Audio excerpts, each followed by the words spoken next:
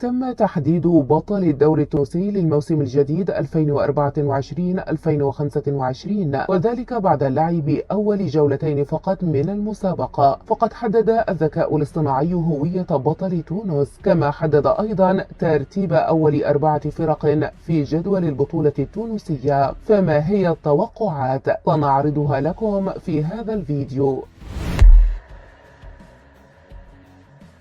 الذكاء الاصطناعي تم سؤاله حول بطل الدوري التونسي في الموسم الحالي، والذي انطلق منذ أيام قليلة ولعبت منه جولتين فقط، ليجيب على هذا السؤال ويصدم العديد من مشجعي ومناصري الأندية الكبيرة في تونس الخضراء. فهناك من يثق في الذكاء الاصطناعي وأيضا هناك من لا يثق فيه. كما أجاب الذكاء الاصطناعي عن سؤال هام أيضا، وهو ترتيب أول 4 فرق في جدول الدوري التونسي مع نهاية الموسم الحالية. فقد توقع الذكاء الاصطناعي أن يكون فريق الترجي الرياضي بطل تونس بالموسم الحالي، وأن يتوج على عرش الكرة التونسية للموسم الثاني على التوالي، ويحصد لقب الدوري التونسي للمرة 34 في تاريخه. وطلب موقع وين من الذكاء الاصطناعي توقع هوية بطل الدوري التونسي للموسم الكروي الحالي وترتيب أول 4 فرق، وهكذا كانت إجابته. يبدو أن الموسم الكروي الجديد في تونس سيكون مثيرا للغاية، خاصة بعد التغييرات الكبيرة والتعاقدات القوية التي قامت بها الأندية الكبرى. وانطلاقا من المعلومات المتاحة، يمكننا تقديم توقعات حول هوية بطل تونس وترتيب أول 4 فرق، بحيث جاءت إجابات الذكاء الاصطناعي بأن بطل تونس المتوقع هو الترجي الرياضي. فبعد فوزه بلقب الدوري في النسخة الماضية، أكد الترجي أنه يعتبر أحد الأندية الأكثر استقرارا وتألقا في بلاده. وجاءت التعاقدات الأخيرة مثل الجزائري يوسف بلايلي والإيفواري عبد الرحمن كوناتي والجنوب إفريقي إلياس مكوانا تحت قيادة المدرب البرتغالي، ستعزز من قوة فريق باب سويقة على جميع الأصعدة. أما عن المرتبة الثانية، فتوقع الذكاء الاصطناعي أن يكون النادي الإفريقي هو الوصيف بعد تجاوز مشكلاته المالية بفضل دعم المستثمر الأمريكي. ويبدو أن النادي على استعداد للمنافسة الجادة بعد التعاقدات الأخيرة، مثل الجناح حمزة الخضراوي والمدافع حمزة بن عبدة، ويعززان من صفوف الفريق تحت قيادة المدرب الفرنسي بيتوني، ويمكن له استعادة بريقه ومزاحمة الترجي على اللقب. أما في المرتبة الثالثة، توقع الذكاء الاصطناعي أن النادي الصفاقسي سيكون ثالث الدوري التونسي بعد أن عزز صفوفه بالتعاقد مع الجناح محمد الضاوي كريستو من الأهلي المصري وهشام بكار من الاتحاد المنستيري، وتحت إشراف المدرب البرتغالي ألكسندر سانتوس. ومتوقع